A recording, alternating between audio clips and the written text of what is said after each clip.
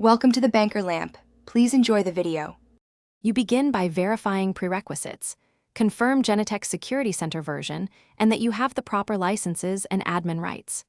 You also must collect the camera IP, username, password, and whether it uses ONVIF or RTSP. This matters because Genetec Auto Discovery uses those protocols.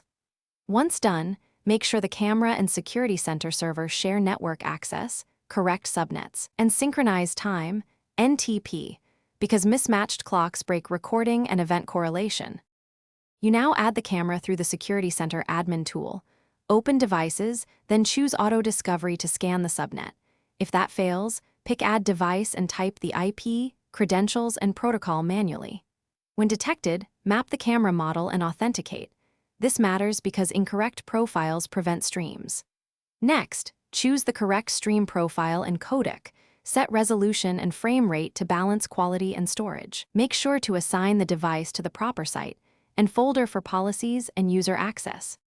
You finish by configuring recording rules, retention, and storage. Set motion or analytic triggers so you only store useful footage. Then assign user permissions and test live view and playback to confirm recordings appear as expected.